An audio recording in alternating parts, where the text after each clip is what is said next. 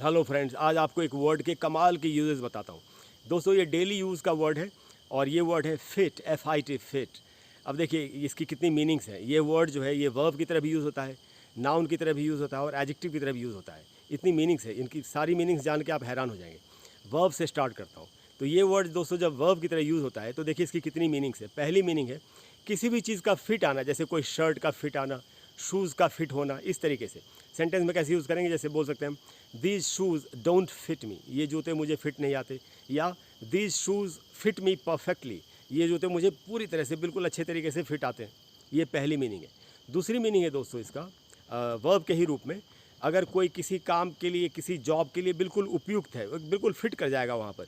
Sentence में कैसे use करेंगे, जैसे हम बोल सकते हैं oh he fits for this job, या he fits for this job well, वो इस काम के लिए अच्छी तरीके से फिट हो जाएगा, मतलब कि वो उपयुक्त है बिल्कुल। तीसरी मीनिंग है इसका, जैसे नहीं कोई चीज़ फिट करते, जैसे कोई पंखा लगाते हैं, कोई बल्ब फिट करते हैं, लगाते हैं, वो इसका मीनिंग है।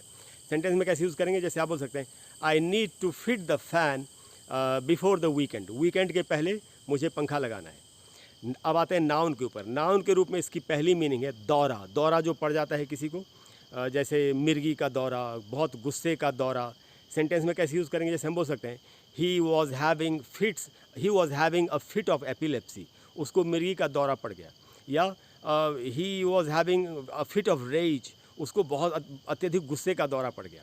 नाउन के ही रूप में इसकी दूसरी मीनिंग है बिल्कुल जैसे उपयुक्त होता है कोई किसी चीज़ के लिए, जैसे कोई किसी जॉब के लिए उपयुक्त है, तो हम बोल सकते हैं oh he is a perfect fit, he is a perfect fit for this job.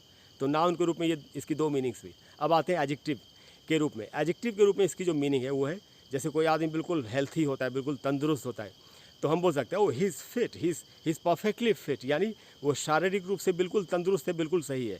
ऐसे ही बोल सकते हैं oh he is completely fit and fine, वो पूरी तरह से फिट है, तंदुरुस्त है और बिल्कुल अच्छा है। दोस्तों, ऐसे हमको वोकैबुलरी सीखने की ज़रूरत है। अगर आपको इस तरीके से डिटेल में वोकैबुलरी सीखनी हो, जिससे कि आप अच्छी इंग्लिश बोल सकें, तो मेरे चैनल पर मेरी एक प्लेलिस्ट है, उसका नाम ही है वोकैबुलरी। उसमें जाके वीडियोज़ देखिए, कमाल के वर्ड सीखिए और कमाल की इंग्लिश बोलिए। Thank you very much.